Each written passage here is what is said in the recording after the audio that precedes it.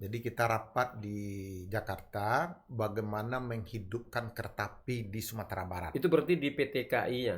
Enggak, di Oh, luar kita oh di jadi luar, di luar. aktivisnya. Kita bikinlah suatu lembaga apa nama MPKS, Masyarakat Pencinta Kereta Api. Saya itu prinsip dalam hidup kuliah itu dulu karena dinasihati oleh profesor itu Pak Mukhtar Bukhari almarhum Alizar, kalau kuliah itu apa yang merasa sulit harus dibaca terus. Jangan takut dengan kesulitan, makin berat kita untuk selesai. Masyarakat awak pasti senang mendengar rabab, dendang, randai. Bagaimana itu kalau kita adakan event misalnya di Pasar Alai tiap hari apa, di Pasar Ulak Karang setiap hari apa, di pasar ini tiap hari apa. Itu saya lanjut kuliah. Saya baru sarjana ekonomi lokal. Jadi ada yang ngajak di perusahaan Jerman, saya kerja. Alhamdulillah saya lulus. Aku bisa punya mikrolet 150 mikroletnya. Enggak, 50-an lah. Oh, 50-an. Jadi saya jadi mikrolet itu peningkatannya jadi dealer. Saya jadi dealer mikrolet. Oh, dealernya. Assalamualaikum warahmatullahi wabarakatuh. Alhamdulillah, syukurillah, salawat dan salam pada Rasulullah Muhammad SAW. Kita mulai nih baca basmalah. Bismillahirrahmanirrahim. Dunsana Podcast. Hari ini kita kedatangan tamu yang sangat luar biasa. Seorang tokoh masyarakat. Dia juga dosen dan mama di lingkungannya.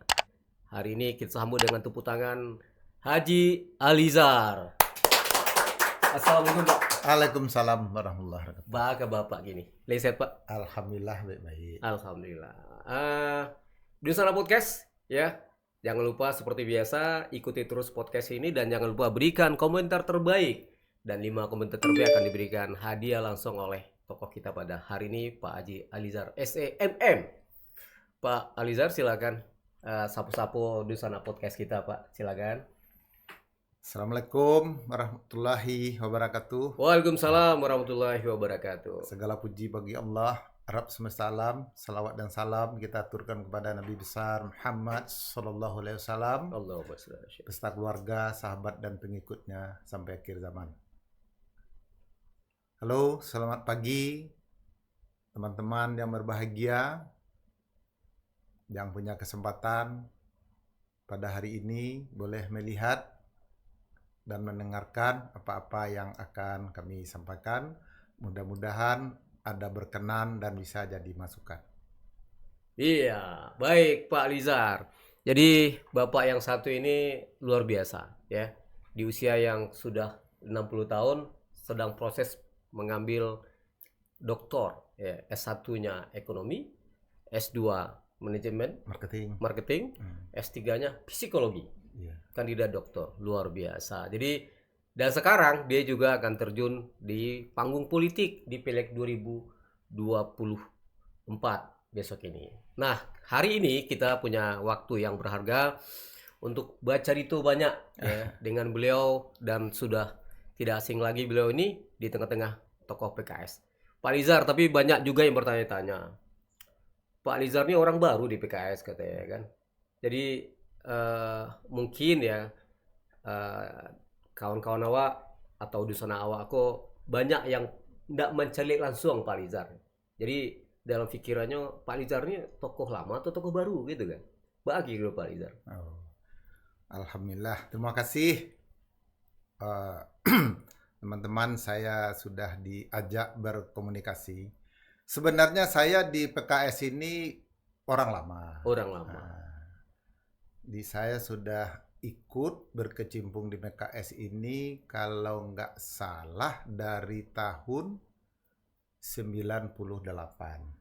98. Sebelum reformasi berarti. Sebelum reformasi sudah ikut kegiatan-kegiatan di PKS karena saya banyak juga pulang kampung. Jadi kata teman-teman Alizar, ya lihat aja lah kampung. Iya. Anan bisa dikasih masukan bisa dikasihkan saran di kampung. Jadi sesuai juga dengan pesan orang tua saya. Acuk-acuk jo pulang kampung, kok nampak saro bisa aja tabuangan, kok adonan salah bisa aja ditunjukan. Masyarakat pasti menunggulah, memberi contoh, memberi arahan, bisa awak karajuan. Itu pasan dari Yama Ambo dulu. Jadi dari tahun 98 tuh Ambo rato-rato tiap bulan tuh bolak-balik aja. Bolak-balik Jakarta Padang. Jadi kini kok tidak hanya sekedar bolak-balik Jakarta Padang, menetap di Padang untuk jadi caleg ya di PKS, kayak gitu Pak ya. Iya. Nah, boleh Pak Lizar cerita sekitar banyak perjuangan Pak Lizar selama ini ya hingga kemudian sampai kini akan menjadi caleg PKS kan gitu kan. Mungkin latar belakang perjalanan lah banyak kayak gitu kan. Kabarnya pernah jadi mahasiswa di Akabri ya Pak ya.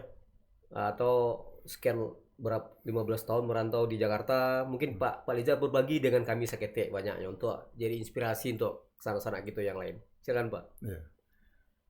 Jadi saya itu cita-cita dulu kedokteran. Jadi karena orang tua waktu kita kecil sudah meninggal, umur 5 tahun bapak saya kan udah meninggal. Jadi kita hidup dengan orang tua perempuan dengan banyak saudara.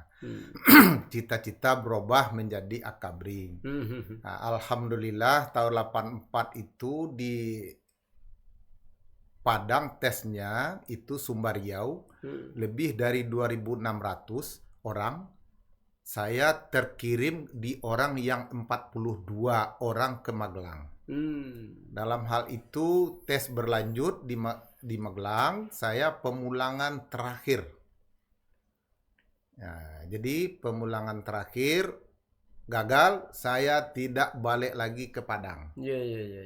Akhirnya hiduplah di Jakarta sesuai dengan arahan orang tua. Banih kalau ndak dianjaan ndak jadi pading.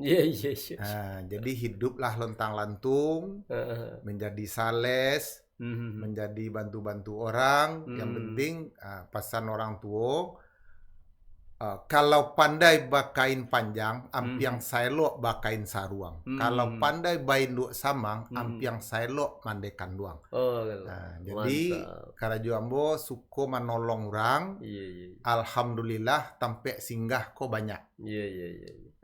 Jadi kece orang kampung awak, capek kaki ringan tangan namun salero lapeh juo. Jadi banyaklah tempe kawan-kawan.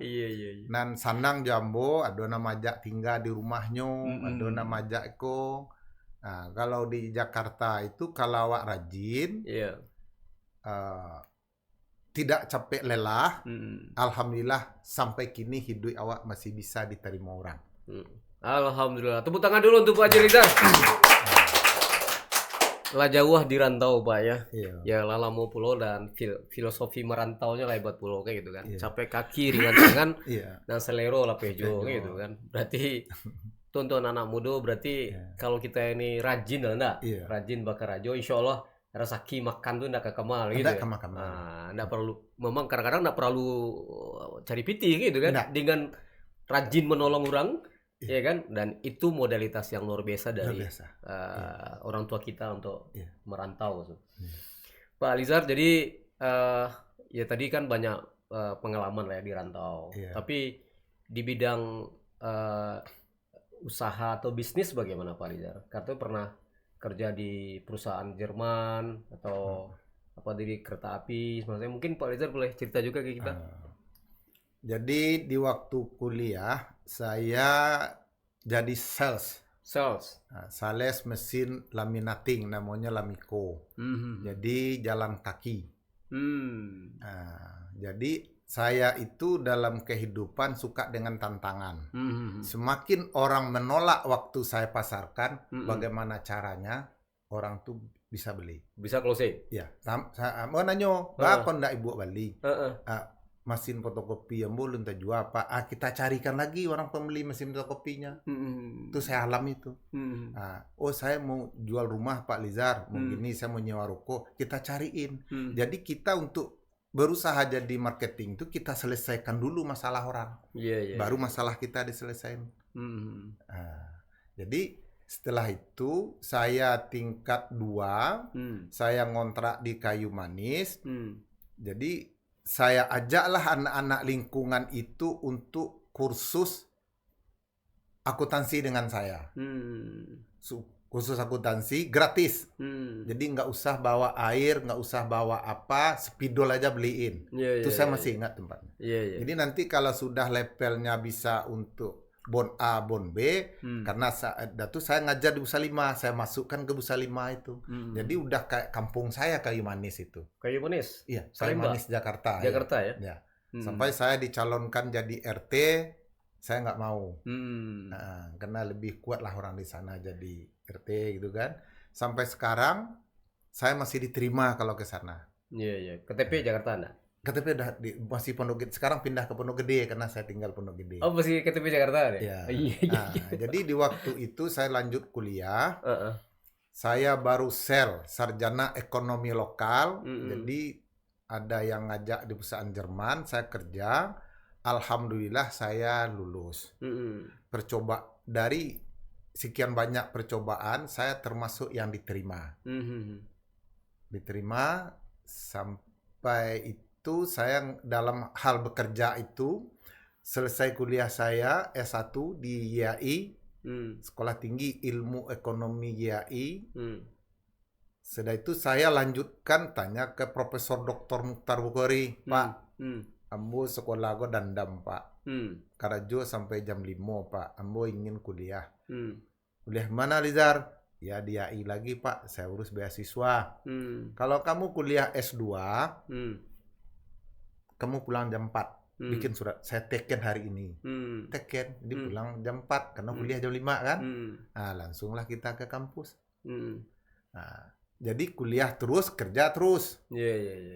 Sudah itu kita milih.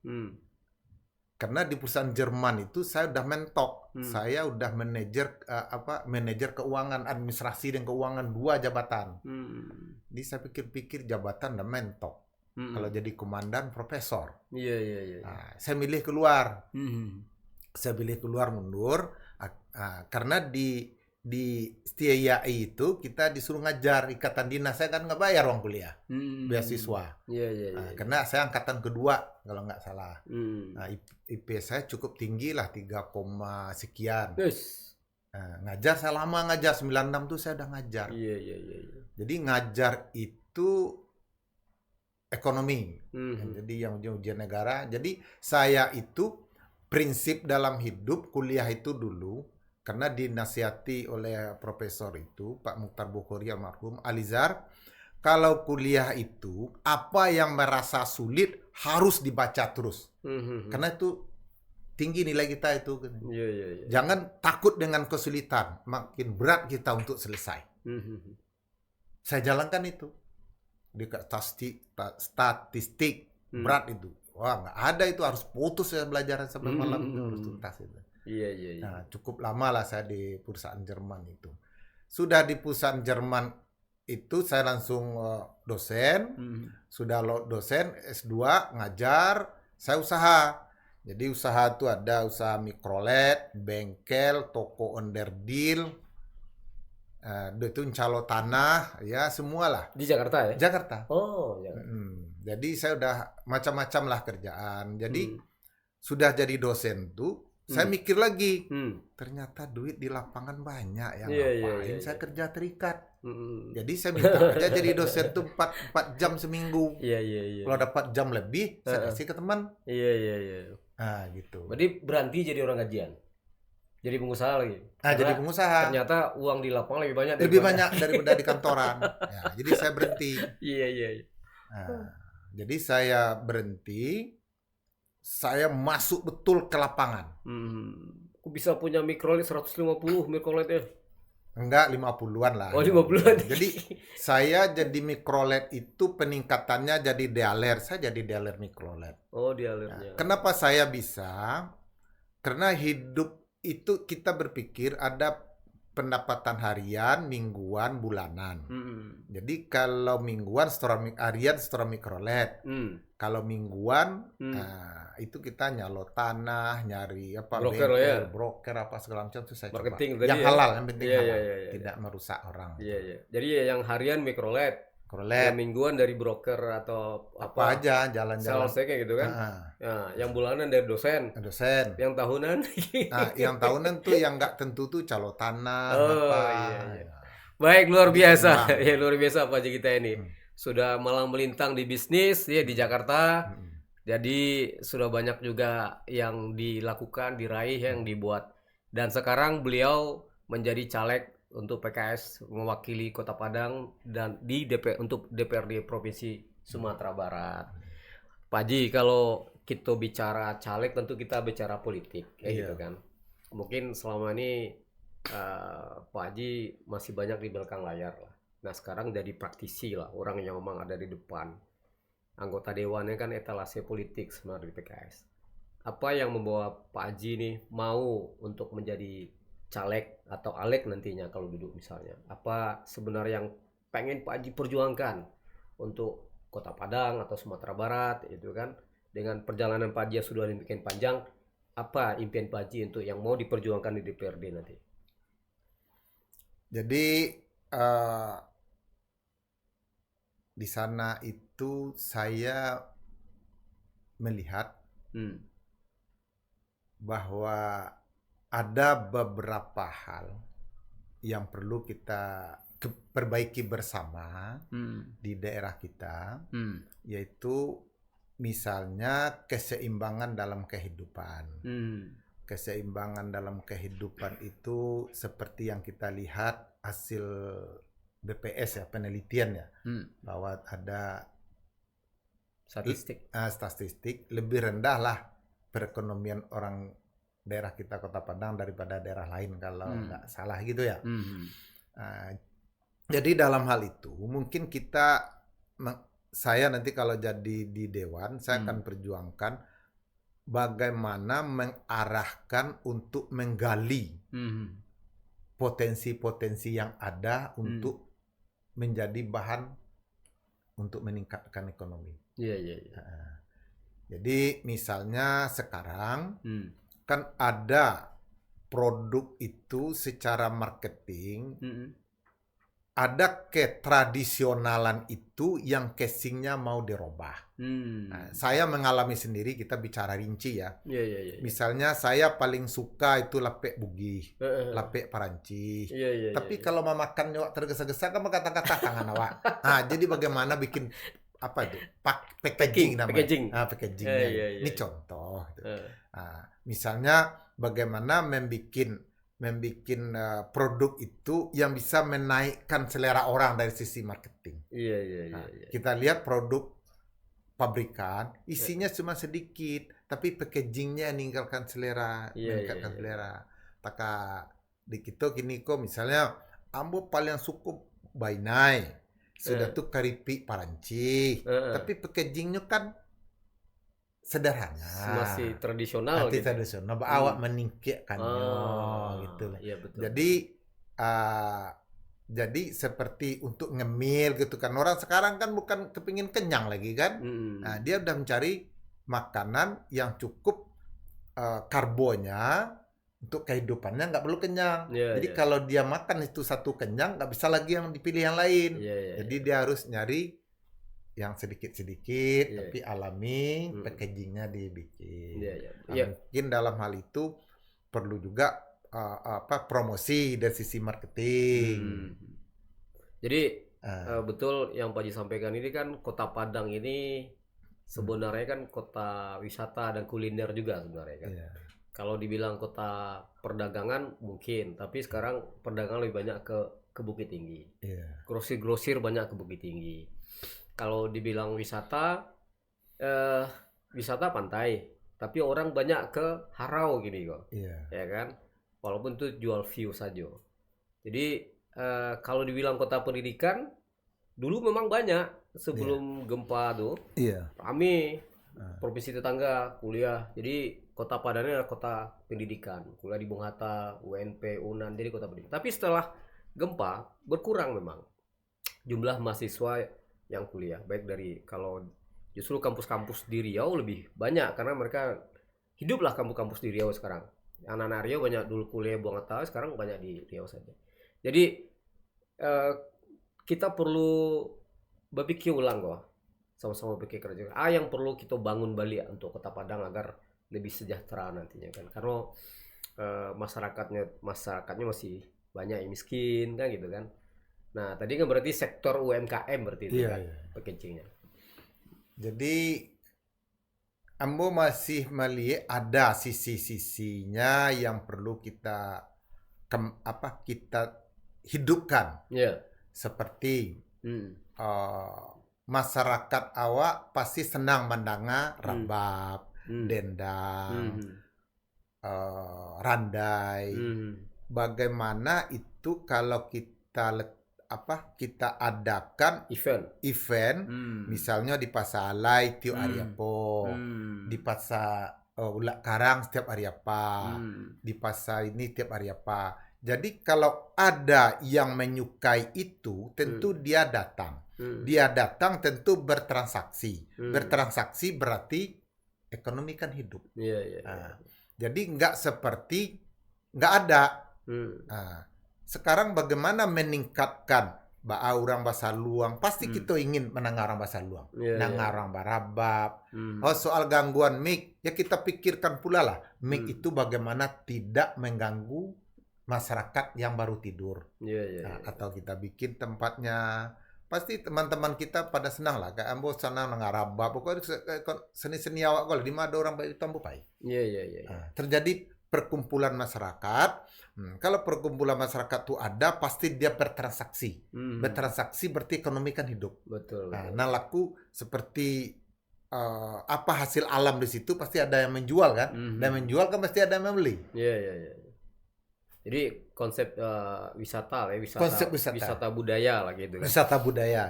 Padang juga mesti menjadi tujuan untuk wisata religi. Karena Masjid Raya Sumbar salah satunya menjadi salah satu ikon wisata religi untuk Sumatera Barat. Malah keikonan Masjid Raya Sumbar hampir mengalahkan Jam Gadang Bukit Tinggi. Termasuk juga Masjid Al-Hakim dan masjid yang lainnya. Zaman untuk religi begitu. Yang menariknya tadi kita udah Pak Haji pun salah satu penggagas untuk aktifnya kereta. MPKS. Masyarakat Pencipta Kereta Api Sumbar. Pencinta Kereta Api Sumbar. Boleh Pak Haji cerita sedikit tentang itu tuh? Ya, jadi dulu saya masih tahun berapa saya lupa. Kereta api ini kan sudah lama ditutup. Jadi saya lupa itu. Maitam namanya Pak Haji. Maitam. Ada dulu Pak itu tentara, jadi dia dokter, lupa saya namanya. Sudah tuh ada direktur keuangannya orang Padang. Jadi kita rapat di Jakarta bagaimana menghidupkan kereta api di Sumatera Barat. Itu berarti di PT KI-nya? Enggak, di luar kita jadi aktivisnya. Di luar itu. Kenapa? Karena teman-teman itu yang tua yang muda itu dia punya pikiran, namanya kita bikinlah suatu lembaga MPKS, Masyarakat Pencinta Kereta Api. Dasarnya apa? Yang pertama, kereta api di Sumatera Barat yang pakai gigi itu cuma 2 di dunia. Kalau saya nggak salah, Swiss 1, Sumatera Barat 1. Ada terowongan lagi. Lubang Kalam dong. Lubang Kalam. Nah, Lubang Kalam. Yang kedua pikirannya dulu itu ya. Mudah-mudahan saya nggak salah ya. Kita kan nggak apa-apa ini. Nggak salah dulu 1 kilometer itu waktu kami bicara itu biayanya 1 miliar rel kereta ini. Jadi kita harus hidupkan lagi. Awalnya dulu menghidupkan itu ke Pariaman. Ke Priaman. Nah, lalu saya ngomong sama orang-orang Priaman, dengan hidupnya kereta api ini nan jalena taluasin laku. Kerupuk Jariang. Apa dulu tabu, Tabu. Karambi Mudo. Itu. Iya. Dengan transaksi ini berarti kita kan semangat lagi beladang. Uh-huh. Jadi hiduplah ekonomi kita di salah satu Pariaman. Iya. Orang nih pergi, ya dirundut lah kan. Dari rumah, ini pergi Semeru. Lah pakai ongkos, lah pakai lambo air, lah wihnya lah minum. Kan itu ekonomi. Iya. Kan itu jaring-jaringan ekonomi kan seperti itu. Nah, terciptalah namanya MPKS, Masyarakat Pencipta Kereta Api itu. Alhamdulillah, cukup dukungan masyarakat waktu itu sampai kami ke Sawah Lunto, dijamulah oleh Pemda di situ kami makan. Jadi ke Pemda? Gimana? Bukan untuk aktifnya kereta di Sumatera Barat ini, kereta api yang dulu cuma bawa baro dari Umbilin misalnya kan ke Semen Padang, terus kan habis, sekarang beralih ke menjadi transportasi massal nih, penumpang ke Pariaman, Lado. Cuman yang Jaleh itu baru ke Pariaman dan ke bandara. Nah, artinya untuk mengaktifkan jalur yang lain itu melalui komunitas ini atau ke PT KAI-nya memohon gimana jadinya? Kami dulu yang jalur yang hidup itu kan ke Padang, ke Pariaman. Kami nggak masuk ke ke lahan itu. Kami cuman bagaimana menjagoan lah gitu. Nah, komunitas ini meminta kepada PT KAI untuk diaktifkan atau sudah aktif jalurnya? Belum. Oh, belum aktif. Belum aktif. Berarti komunitasnya meminta ke PT KAI untuk mengaktifkan jalur itu? Iya. Kita masuklah, itu nama Balai Yasa itu rupanya bengkel besar di dalam itu. Ada kereta api presiden dulu dalamnya.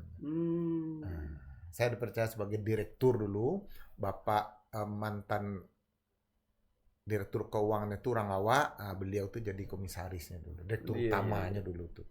Alhamdulillah jalanlah kereta api itu sampai kini masuk. Sebenarnya menarik kereta ini kan. Memang kok cerita belum pernah dibuka ya. Tapi jalur kereta Padang panjang sampai ke Padang kan sampai kini belum. Belum. Mungkin tuh butuh biaya besar lah untuk memastikan relnya siap atau tidak. Terutama kereta yang pakai gigi tadi. Tapi jalur untuk ke Kayu Tanam itu keretanya kan sudah ada. Keretanya kan sudah ada. Cuma penumpangnya mungkin belum ada.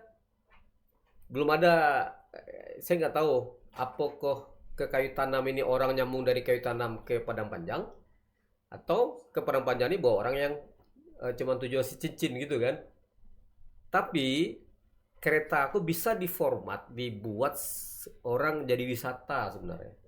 Kamu udah tahu kalau dengan komunitas Paji itu bisa diusulkan. Artinya dalam bayangan kita, kalau kereta aku diformat, jadi ketika orang naik kereta itu masuk masa lalu seperti zaman Belanda itu loh. Jadi kereta wisata. Kalau ke Pariaman oke. Tapi yang sampai misalnya ke si cincin itu atau sampai ke Padang Panjang, didesain kereta itu seperti masuk masa lalu, tak zaman Belanda gitu kan. Kan stasiun itu masih kayak zaman Belanda itu.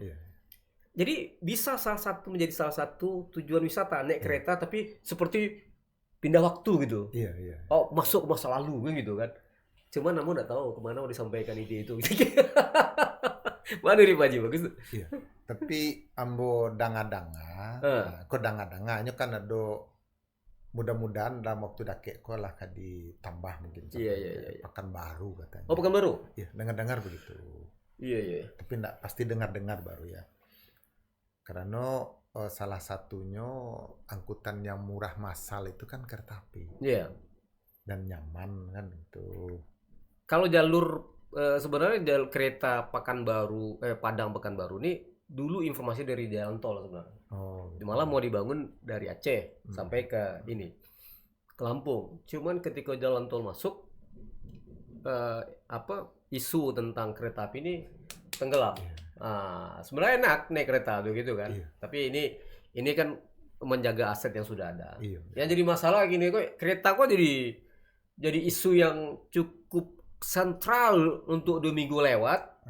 Kereta yang ke bandara dalam 1 minggu itu nabrak orang, membunuh nabrak satu siswa, satu mahasiswa. Jadi ada yang bilang itu pembunuh besi apa katanya kan. Tapi ini konsekuensi lah, konsekuensi. Baik Pak Haji.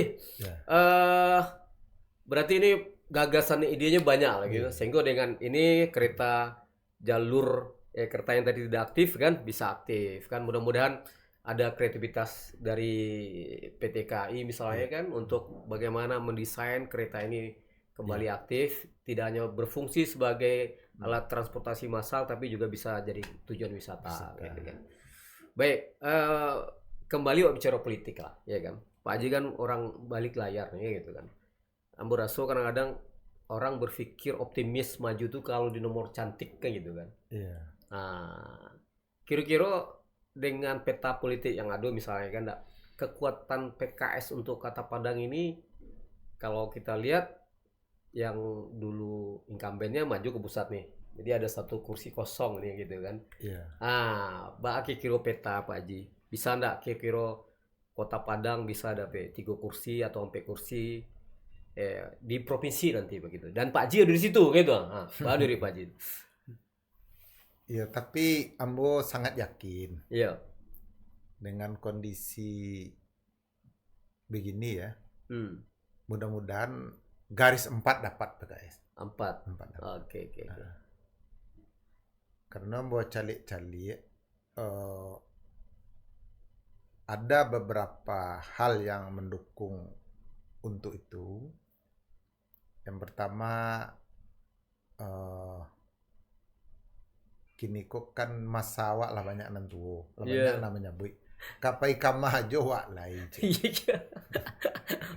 Maksudnya pendukung PKS-nya lah banyak yang berpindah dari yang muda ke tua gitu ya. Tuo.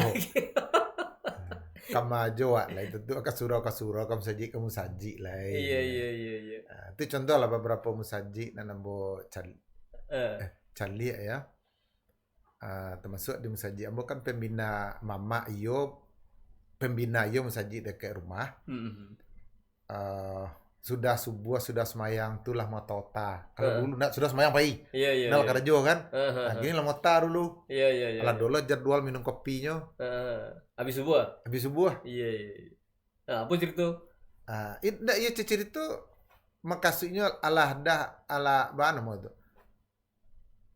Aduh kawan-kawan nyebut lah. Wah, biasa lo seroko ke PKS ko lah itu. Lewat sesumayang selainnya lewat semayang lama aja. Iya. Itulah cerita. Ada fenomena orang-orang tua yang usia 50 kemangga alay kayak gitu kan. Iya. Jadi artinya pilihan karena usia 50 awak ke sembahyang selai, beribadah selai, ya udah dia suruh ke PKS gitu. Semayang Lirami Surabaya. Iya, Rami Surabaya. Ya lah orang Surabaya nambah kunjung kan kawan nambah kan banyak sih kok. Iya. Jadi ambo kini dalam mancalek kok. Kawan sama lalok surau, kawan sama mengaji, kawan sama mandi tangayi. Iya. Teman-teman tamu seluruh itu. Kerajaannya macam-macam enggak do nyebut mau sombong. Iya. Walaupun lo lamur di Jakarta, kawan-kawan tuh masih ada. Ya sombong kan kadang masih jumpa. Menyebut rumput mau kawannya nyawa babayo aja lah kayak tangan aja. Iya. Pak Haji kan asli Kuranji ya? Asli Kuranji. Mama di Kuranji gitu ya? Iya. Dan kabarnya punya kedekatan sama Pak Ipe gitu ya? Bocoran tapi ada bohong ya? Alhamdulillah, nama kawan kan. Di arah-arah beliau cukup apalah. Iya. Di guru begitulah beliau profesor kan. Jadi Pak Ipe guru? Iya, guru di Pak Haji? Guru deh gitu. Jadi artinya perjalanan Pak Ipe kan adalah bersinggungan dengan Pak Haji berarti kan gitu kan?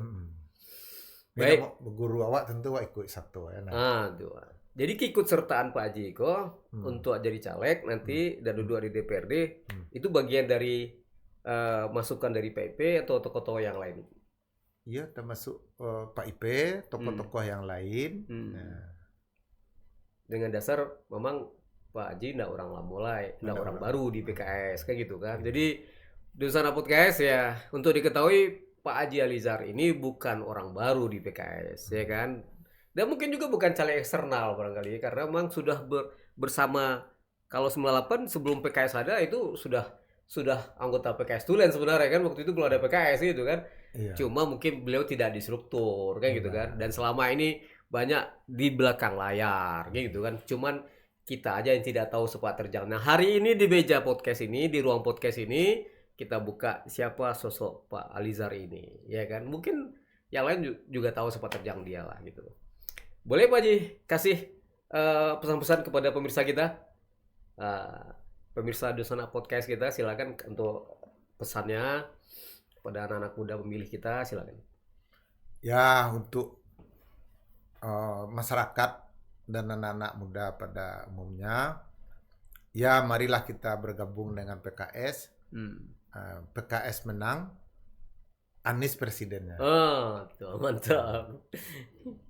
Jadi kita sumbang, kita rajut bersama-sama dengan PKS, karena sesuai dengan kita lihat dari komitmen PKS bahwa PKS itu pembela rakyat. Pembela rakyat. Jadi supaya kita dibela, tentu kita harus bersatu. Iya. Dengan bersatunya kita berarti kita akan kuat. Iya. Kuat untuk membela, bisa untuk mensejahterakan kehidupan. Amin. Jadi kece orang kampung awak dulu, orang Minang. Kalau bahasamu apa ndak bisa. Iya. Artinya dengan bahasamu Karajoko bisa kita laksanakan. Bahasamu mako kajadi. Bahasamu mako kajadi. Oke. Baik, tepuk tangan untuk Pak Haji Alizar. Luar biasa ya. Ini kita podcast dengan beliau ini ya sebenarnya lebih enak bahasa Minang ya. Walaupun dia sudah lama di Jakarta, tapi logat Jakarta enggak keluar gitu. Karena begitu merendahnya beliau kan gitu kan. Jadi ini orang luar biasa, punya sepak terjang yang sudah begitu banyak, tapi tetap hatinya sangat tawadu gitu kan, tidak mau meninggikan dirinya. Ini inspirasi untuk kita bersama. Di usia yang sekarang dia masih kandidat doktor. Jadi kepada anak-anak muda jangan berhenti untuk pengen belajar. Jadi inilah profil Pak Alizar ya yang maju untuk DPRD provinsi dari Dapil 1 ya Kota Padang ya. Dan mudah-mudahan beliau bisa duduk menjadi anggota dewan nanti kita harapkan begitu sehingga bisa memperjuangkan aspirasi masyarakat Kota Padang.